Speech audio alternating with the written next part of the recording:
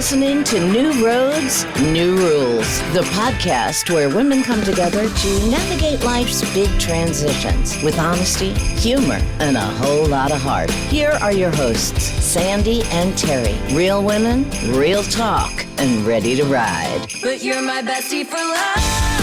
Yeah, you. We're the family I choose. Yeah, you. The best till the end. We can get through this together.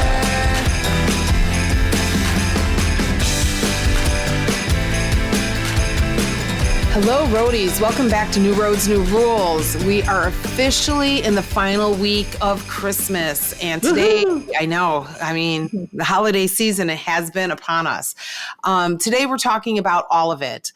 The hope, the magic, the warmth, the nostalgia, and the humbug of the holidays. Let's be honest, holidays come with a little extra sparkle and also a little extra stress for everybody. Yes. We're going, right, Sandy? Yes. We're going to dive into how to protect the beautiful moments, how to handle the pressure without numbing it out, how to reimagine traditions that don't serve us anymore, and how to choose joy, connection, and presence, even in a season that sometimes feels like a whirlwind, because it does. I mean, all the anticipation, it comes and goes. Yeah, right. So basically, we're telling the truth about Christmas, right? Right. The cozy Hallmark moments and the why is everybody asking me questions when I'm minding my own business moments. Right. You know? Yes. Yeah. It's all going out on the table. We're going to help you walk through the week with a little more peace, more clarity, and maybe even a little bit more magic, just a little bit more magic. I love that. I think that's awesome. This is my favorite season. I'm going to start out right off the bat. This is any time of the year. This is my favorite season. It's always a little more magical for me. Yes. And I know we're referencing Christmas because, that's what we celebrate. Yes. But, we cannot say just Christmas because we have plenty of listeners, I'm sure, that celebrate Hanukkah. Same rules apply. Yes. Same stresses and the same joys. Right. Everything. Whatever you're celebrating this holiday season during these 4 weeks, 5 weeks, there's always stresses that come with big holidays. It's true. So let's start with the big one, right? The pressure. Yes. This week before Christmas, especially the week before Christmas, there's a lot. The shopping, the hosting, the traveling, the expectations, the conversations you're emotionally unprepared to have. It's like stress casserole with a side of, did I forget something? I always forget something. But that pressure is what leads to so many of us leaning into those coping habits we don't even think about. Right. For some people, it's drinking. And the drinking's not just out of celebration, but kind of out of survival, right? Yes. As we laugh. No comment. But I want to talk directly to women who use alcohol as an emotional seatbelt for the holidays.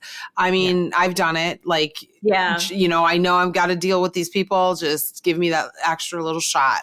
I know. And we joke. We laughed. We just laughed and joked. But it is a serious thing. So. No, it is, because some people, that pour me something strong before I even take my coat off moment, or just one more glass to take the edge off moment, has become normalized. I mean, we don't even question it anymore.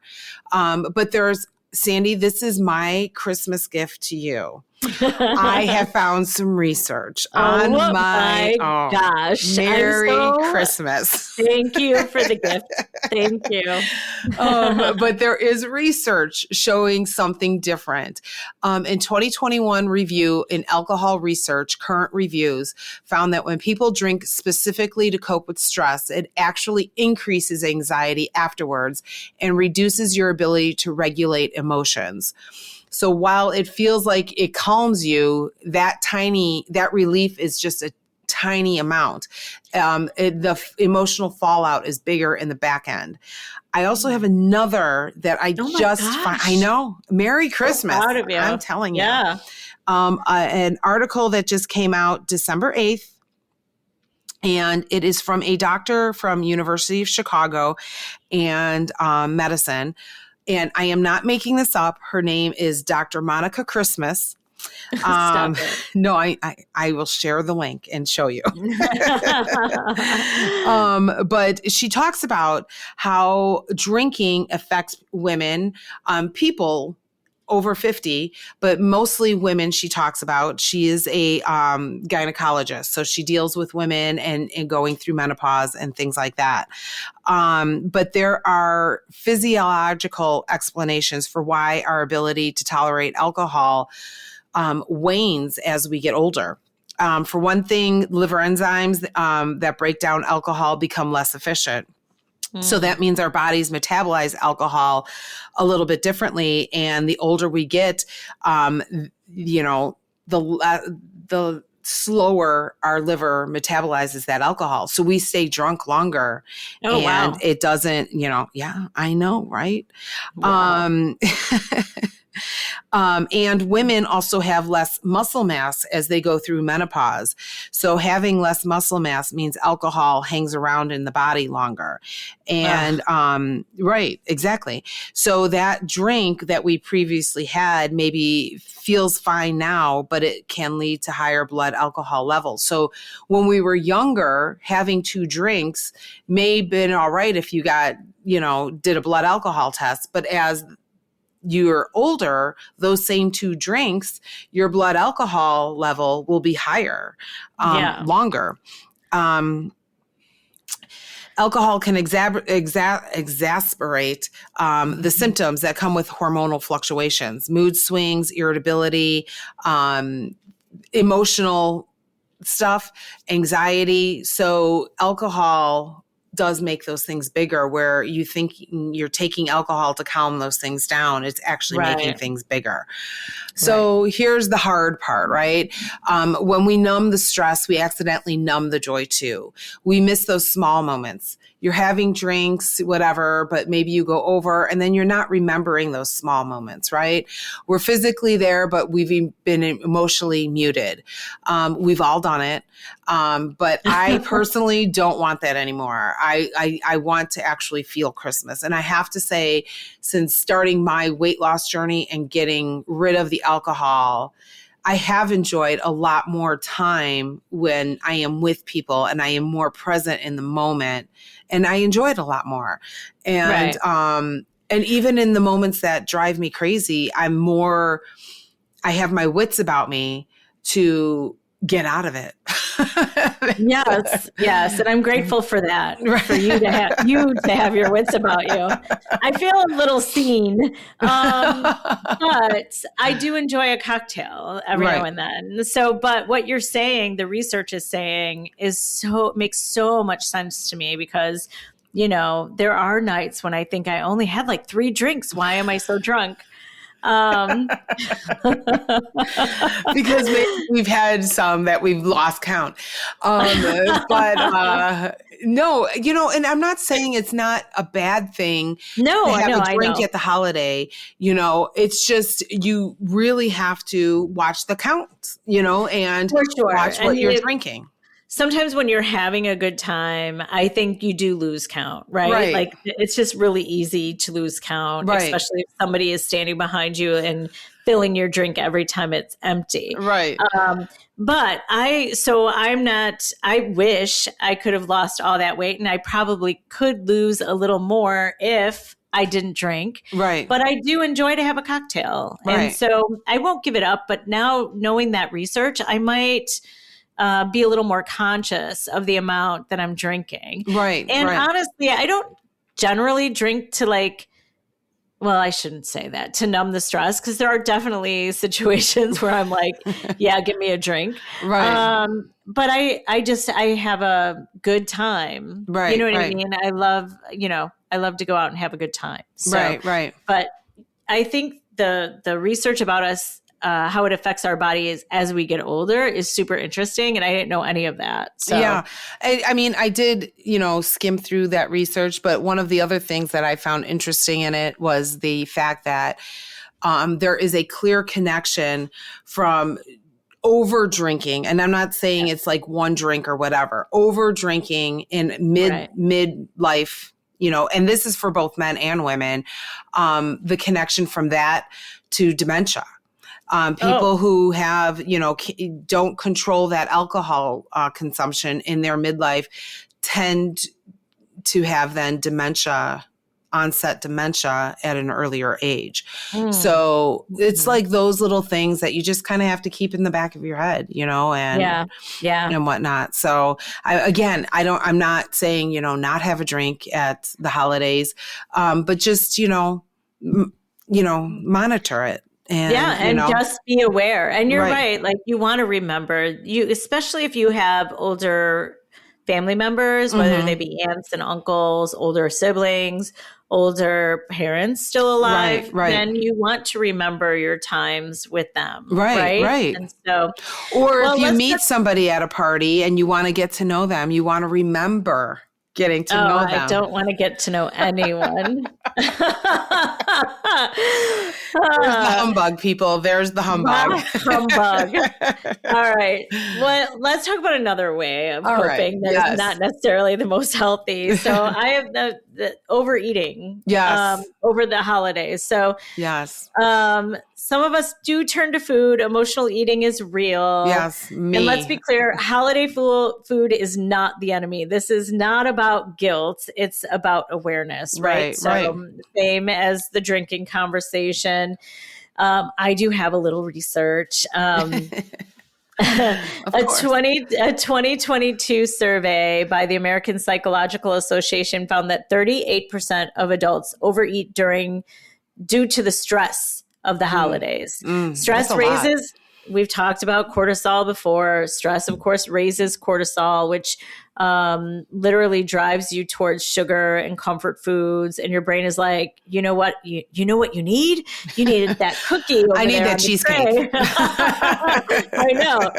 So the problem isn't eating. The problem is when food becomes the emotional blanket, and then the guilt shows up and smothers the joy out of you, right? And so, but we can soften the cycle. Like sometimes we just need to pause, right? Yeah. Sometimes we pause and that's enough. You just stop and ask yourself, like, what am I actually feeling instead of what can I grab? You know what I mean? Absolutely. Absolutely. I mean, whether your coping go-to is a drink or the dessert table, there's always a gentler option. It's not, to be perfection or anything like that, but you just want to be present in the moment that you're in, especially during the holiday season.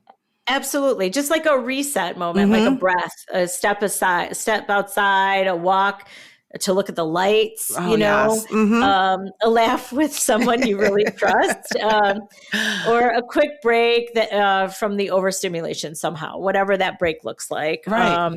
These resets help you stay emotionally present and not checked out. So, if I'm looking at that dessert table too closely, I might say, Terry, let's go out and look at the lights, Yes.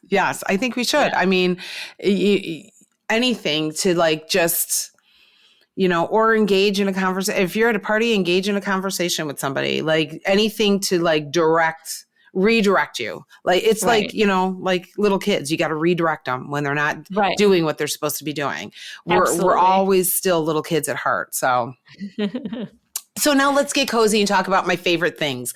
Tradition. Christmas has a lot of traditions. Yes. And some of them are the sweetest parts of the season. But they can also become stressful when we keep them out of the obligation instead of doing them out of joy, right? Right. So I think it's important that we don't just keep those traditions, right? Like that, to know that we have permission to retire a tradition, especially if it drains you more than it delights you. Yeah, absolutely. I mean, why keep doing something that, you don't want to, right? Just because it was always done before. Instead, let's talk about traditions that bring a smile to your face. The soft, heartwarming ones, those warm and cozy ones. Like waking up early as a kid and seeing the glow of the tree before anybody else was awake. I have to say the glow of the tree is my favorite thing I love having a lot of lights on a tree because I like to have all of the lights off and just the glow of the tree at night. It's very calm. It's, still. Me too. And as the closer we get to Christmas, I will play the Christmas music, and it's just, a very relaxing and just, I feel like at home, and it's just the best warm feeling for me. I agree. I think cozy goes along with looking at the lights and stuff. And then let's talk about like the tradition of like searching for or shaking the gifts, even though you were told not to, right? Like, that was something that me and my sisters used to do every single year. Yes. Yes. Or what about the gingerbread houses that we've made that collapse like they're auditioning for like a demolition show, right? Like, oh my gosh. How many bad houses did we build? I mean, I don't know if I've ever built one that actually stayed together. Like, and I see these cooking shows and they're using like clear sugar or whatever it's called. And I'm just like, they don't give you that crap in the kits. It's because we're buying the kits. Right. Exactly. I guess. But what about staying up too late wrapping gifts? You got the tape all over you, Oh my God. I did do a lot of laughing, because I'm deliriously exhausted. I'm going to say here, it's Christmas time. So I do have a lot of good memories being up at like 1, 2 a.m. with my ex, trying to get those big gifts together for the kids who are getting up in just a few hours. And we're just home from a holiday party. Yes. And now, where we've had probably too much to drink. And now we've got to put the stuff together. And one of the years, we got my daughter a drum set because she wanted a drum set, and I was make sure she got a drum set, and we're trying to put it together. And I mean, he's like, hold this, whatever kind of drum here. I'm laughing. The thing falls. I mean, it was so loud. I don't know how the kids didn't wake up, but I mean, just those messy moments that somehow became memories that you treasure. And I do have those memories, doing that with my ex and whatever. And the kids, getting all excited. And that is the kids and when they're young, it's just such a great time of year. So same, right? Like I have the same memories with my ex as well. His family always celebrated Christmas Eve, and then they sang Happy Birthday to Jesus at midnight. And then we would open the presents. So you could imagine what time we got home from that. And then now these days, it's a little earlier than midnight. We still do. They still, I suppose, do the happy birthday to Jesus, but not at midnight anymore. But that was the tradition. Then we'd go home, and then the fun began about putting the stuff together and all of that. And getting it all together. Yeah, great memories, though, because there's nothing better than seeing your kid's face in the morning. Right. I mean, it's that look on their face that I always, even down, and you didn't do probably Elf on the Shelf. My kids were young enough where they got into the Elf on the Shelf. And even that, that little fucker stressed the hell out of me. Like, I couldn't wait to get rid of that tradition. But I do have like funny memories, like just laying in bed and like just falling asleep and then bolting up. And I'm like, we didn't move the fucking elf. And like, we're both jumping out of the bed and he doesn't know where the elf is at. I just remember the one time and I'm like, oh, I put it over here, and I went and grabbed it and I'm like throwing it across the room to him, and he's throwing it somewhere because like the kids are about to get up or whatever, just like those things.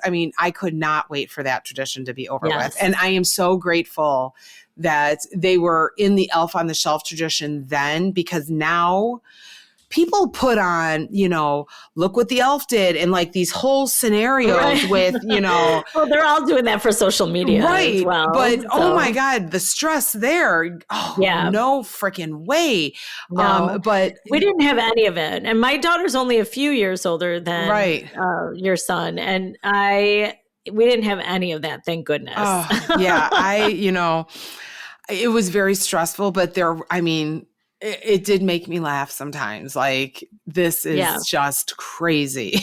So these kinds of experience, they definitely create more happiness, Yes. right? Like I see us both. I mean, our audience doesn't see us, but we're smiling like crazy and we're remembering these great times. And research supports this, right? So a Cornell University study found that experiences bring more long-term happiness than material gifts because they build connection and identity. Right. I mean, it's kind of like a memory dividend, right? You get a big return on a beautiful moment that you invest in. Oh, I love that. Right? Things you remember, not things you store in a closet. I am big on experiences over material things. Right. Agree. Big time. Like, and as the kids got older, you know, and now like my partner and I am like, no gifts. Like we are doing something together for the holiday and whatnot. Like, and I just prefer that because honestly, the material things, it ends up sitting around and my kids know if it's sitting there for like 3 months collecting dust, it's got to go. Like, you know, definitely. Like I can't take it. We are downsizing in this house. So exactly. But you're right. Because my favorite Christmas moments were never the gifts. It was the laughter, the chaos, the weird traditions, the feeling of belonging, even in a messy living room with wrapping paper and boxes everywhere. It was just that feeling. Right. Yeah. I mean, we always had, mine growing up was Christmas Eve. My mom always had what she would call the Christmas open house where anybody could come. We would have our entire family there. And when I say, I mean, we lived in a small ranch in Chicago on the Southwest side there, and my entire family would be there. And Mom would always set up a game for all of us to play. And the one year it was win, lose, or draw. If you remember that old TV show. Yes. And so she took it and she went and bought a big pad of paper and an easel, and she separated us into teams, and the teams were mixed, adults with younger kids, because we were younger at the time, but everybody played, and you know, we had to do this. And the thing that struck me the most later on when Mom was dying, and we were going through her things, she's like, you know, and she kept that pad of paper with all of the pictures because that night that we played Win, Lose, or Draw, she had everybody sign their picture. So when we pulled the pad of paper out, my sister and I did, and Mom she was on hospice that weekend. And my aunts and uncles came over. She was giving them their pictures that they signed and whatnot. And so they actually have a piece of the memory. They have a piece of the memory. And like, and I believe my sister has the pad of paper. But she kept it. And and that was growing up, that was a big thing. But some of my other favorite moments are quiet ones, sitting, like I said, sitting by the tree after everybody's gone to bed or, you know, whatnot, and feeling very grateful for the Christmas magic. I've always, again, Christmas is my favorite time because I feel like there's like magic in the air. And especially when, you know, the world is, you know, kind of crazy and kind of topsy-turvy right now. Right. Agree. You know, I always feel like Christmas brings out that magic for everybody. And family is just, honestly, like, I don't get stressed out with my family. I know a lot of people are like, oh God, I have to see Uncle so-and-so, or I got to see I love spending my holidays with my family and with my family-in-law previous to this. I mean, obviously that's not going to happen anymore, but I really had a great time with both sides of the family. And I really do think if you put in perspective what this holiday is, it just means more than sitting around a table and this aunt always criticizes, or this one's always going to ask me. I guess now it's transitioning for me. It's transitioning to, oh, I'm going to set you up instead of like, you know, the younger me. When are you going to get married, or when are you going to have babies? You know what I mean? Like, so you get that, but I mean, honestly, like that could happen on a typical Tuesday, which as it does. Well. Right? It absolutely does. So I don't think that kind of stress ever really bothered me. Thank goodness. But I just think being around the people you love during these holidays is like the best. Absolutely. You know? Yeah. And I love the story about your mom. I love games. I'm a big fan of games. Like even I'll do a game night over anything else. Right. You know? No, yeah, that's my biggest memory. Always with music going. We always danced in the living room, and then it was Christmas music, Yeah. But yeah, those are my biggest, I asked my daughter before we started recording, I'm like, what's your biggest memory you remember? And hers is, so we're German, and there is a German tradition, the pickle. Pickle ornament. Yes. My mom has one. Yes. So we have the pickle ornament. And so the tradition goes, you hide the ornament somewhere on the tree, and the person who finds that ornament first gets the first gift. So that is, there are multiple years that they almost knocked over the tree trying to find the ornament, but that is one of her favorite memories. So, and we still have the pickle on the tree right now. So, well, I hid the pickle this year at my mom's house because I'm not putting up a tree this year. But I hid the pickle, and my mom said, nobody ever finds it. And I was like, really? Because I don't know if it's just hidden that well. So anyway, I hid it really well. See, the ornament is on there, but then I will redo it the morning of Christmas before the kids are around, because they'll find it now and they'll cheat. So we have it out there. So I remember to do it. And then Christmas morning, I will hide the pickle.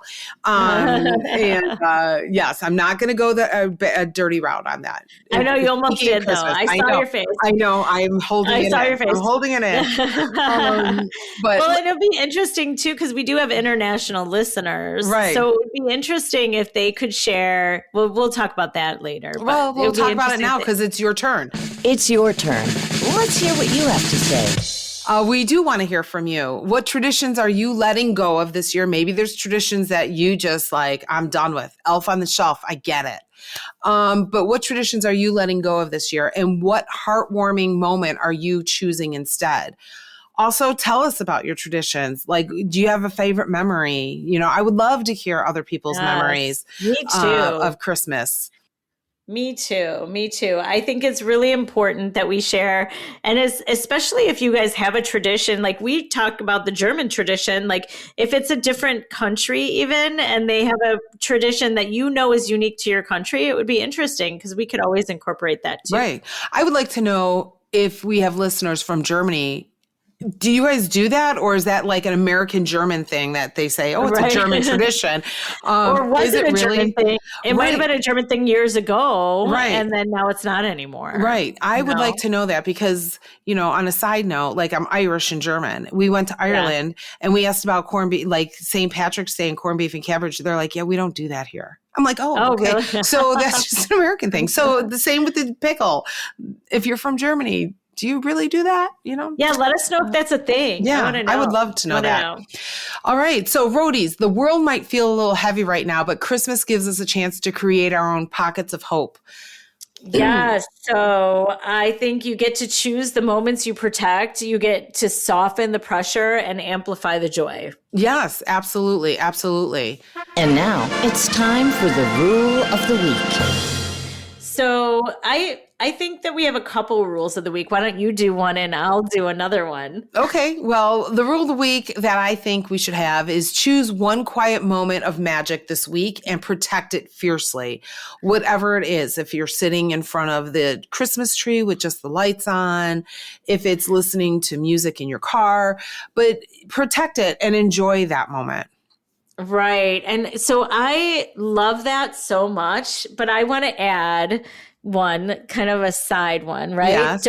Don't chase the perfect Christmas. I think that's what stresses everybody out. Exactly. Right? Don't chase the perfect Christmas. Find the real one, the tiny, warm, imperfect moment right in front of you. Right. I mean, things will happen, especially if you've got a big group of people coming over, family, even a small family. I mean, I now, like our family thing now is small. I mean, something always comes up, right? And just enjoy it. just enjoy the moment. Celebrate it, you guys. Exactly. Celebrate it. Exactly. But before we wrap up here, Sandy, Yes. I want the roadies to know we have some really exciting news to share. Yes, we do. So we've gone on every week about our platform, newroadsnewrules.com. We want people to sign up and we want people to interact with each other. But the platform we were using, we did not love. It wasn't working for the community. So we rebuilt it. We didn't like what we had, so we rebuilt it from ground up. And it's all brand new. It's very user friendly. It's pleasing to the eye, easier to navigate. Yeah. And I personally think it's gorgeous. I do too. Thank you, Terry. It's exactly where it was before at newroadsnewrules.com. So nothing changes for anybody out there. Just go to newroadsnewrules.com where you can sign up for the platform. Yes. It's just inside the platform, we've created 2 spaces. There's the Open Road Forum, and that's our free community space. This is where everyone can join the conversations, share their holiday stories, talk about traditions, laugh about chaos. Basically connect with other people, other roadies, we like to call you guys. It's our warm, supportive, and it truly feels like it's sitting around the table with friends kind of space. Yes, I love it. I love it so much. And then we have our roadie lounge. That's our VIP lounge. This is where things get even more fun. It is a monthly membership, but you do get behind the scenes access, live streams of podcast recordings. So we have cameras set up and people can watch us. Seeing us in our, glory. You do get exclusive downloads, where those downloads in the free area, you can purchase and download, because as much as we talk about journaling, we really got to, put our money where a little more effort. So we do have downloadable journaling sheets with prompts, things like that. Those you can purchase in the free area, or our VIP members, you get those downloads automatically free. The VIP membership also offers early announcements and surprises, and it's more of a private, intimate community space where we can go deeper together. So you'll be able to talk one-on-one with guests, with us, whatnot. So it's kind of like the roadie lounge is like the cozy back room of the party with the good snacks and the better conversations. Yes, it is. It is. But our, the Open Road Forum, we want you on. At least start there and then see where, you can join in later. We would love for you to join there this holiday season. Come share your favorite traditions, the moments that made you laugh, the ones that made you tear up, and everything in between.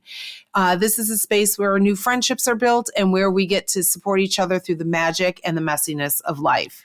Oh, isn't that the truth? So come join this community, right? Come hang out with us. Come write the next chapter of your story with women who are cheering you on. Absolutely. Again, you'll find all of it at newroadsnewrules.com, and we can't wait to welcome you inside our special little home that we've created.